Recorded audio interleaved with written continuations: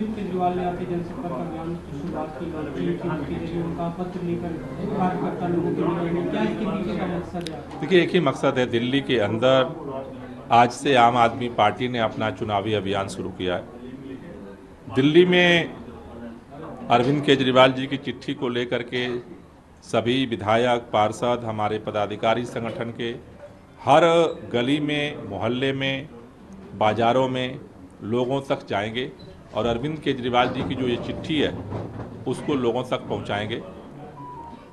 इस चिट्ठी के माध्यम से अरविंद केजरीवाल जी ने जनता से एक ही अपील की है कि इतनी विपरीत परिस्थितियों में भी भाजपा ने सारा षड्यंत्र किया काम रोकने का, लेकिन उसके बावजूद भी काम हो रहा है।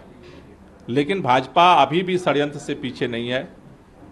दिल्ली के अंदर जो काम हो रहे हैं उसका दबाव पूरे देश में उनके ऊपर पड़ता है। इसलिए अब वो चाहते हैं किसी तरह से इनके प्रकार सत्ता हथियाया जाए और काम रोका जाए, जनता को परेशान किया जाए।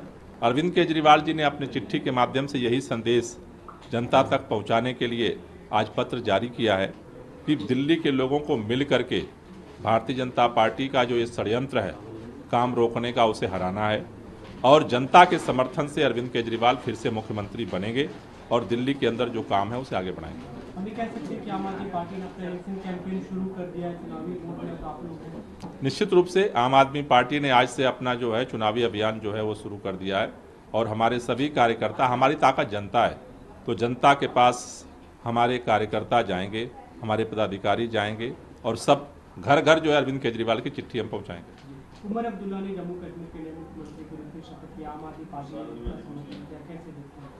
देखिए, आम आदमी पार्टी ने उनको समर्थन दिया है और हमें भरोसा है कि वहाँ पर सरकार, वहाँ आवाम जो इतने सालों से परेशानी झेल रही थी राष्ट्रपति शासन का, उससे उनको मुक्ति मिलेगी और उनके दुख दर्द में ये सरकार जो है उनका सहयोगी बनेगी।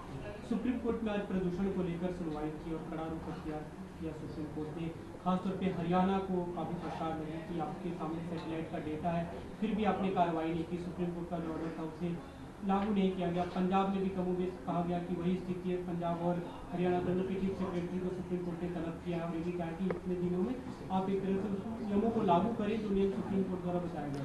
देखिए, जैसा मैं बार बार कहता हूँ, दिल्ली सरकार पूरी सक्रियता के साथ दिल्ली में प्रदूषण कम करने के लिए काम कर रही है और उसका परिणाम यह है कि दिल्ली में प्रदूषण कम हो रहा है। लेकिन दिल्ली के लोगों को जो प्रदूषण झेलना पड़ता है उसमें दिल्ली के प्रदूषण के साथ साथ हमारे जो पड़ोसी राज्यों से पोल्यूशन आता है उसका बड़ी मात्रा होती है।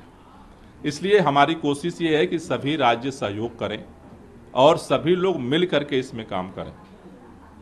अभी कल इंडियन एग्रीकल्चर रिसर्च इंस्टीट्यूट ने एक डेटा जारी किया 1 अक्टूबर से लेकर के 14 अक्टूबर तक। 1 अक्टूबर से लेकर के 14 अक्टूबर तक का जो डेटा पराली जलने का कल केंद्र सरकार की एजेंसी ने जारी किया, वो ये कहता है कि पिछले साल इन 15 दिनों में जो पराली जली थी पंजाब में वो 1100 थी, इस साल वो 800 हो गई है घट करके।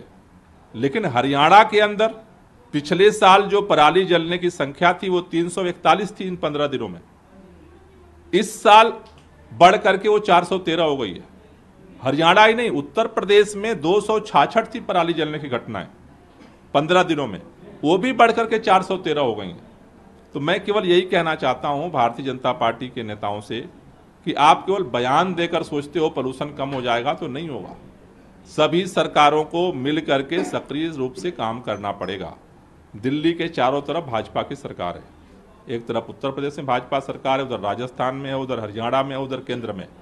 मैं बार बार इसीलिए प्रयास कर रहा हूं कि सभी सरकारें मिल करके काम करें। पंजाब सरकार के साथ भी हम संवाद कर रहे हैं कि ज़्यादा से ज़्यादा पराली जो जलने की घटनाएं हैं उनको कंट्रोल किया जाए और सब मिल करके प्रदूषण को कम करने में सहयोग करें। सीए की उनको एक तरह से ये अधिकार दिया कि उन्होंने अधिकारियों पे कार्रवाई कर सके और इनसे काम में जो भी दिशा निर्देश वो लागू करा सके। आपको लगता है कि इसका कुछ असर पड़ेगा? मेरे ख्याल से निश्चित रूप से अगर सक्रियता सब लोग दिखाएंगे तो असर पड़ेगा। लेकिन मेरा मानना है कि जो सरकारें हैं जनता चुनती है और सरकारों के जो मंत्री हैं उनको भी सक्रिय होना पड़ेगा। एक अंतिम सवाल सर, कल चुनाव आयोग ने महाराष्ट्र और झारखंड में चुनाव की घोषणा की। आम आदमी पार्टी संगठित रूप से दोनों जगहों पे एक्टिव दिखे, क्या आप लोग वहाँ पे चुनाव लड़ेंगे? देखिए, आम आदमी पार्टी की जो महाराष्ट्र और झारखंड के चुनाव में रणनीति होगी वो जल्द आपको सूचित करें।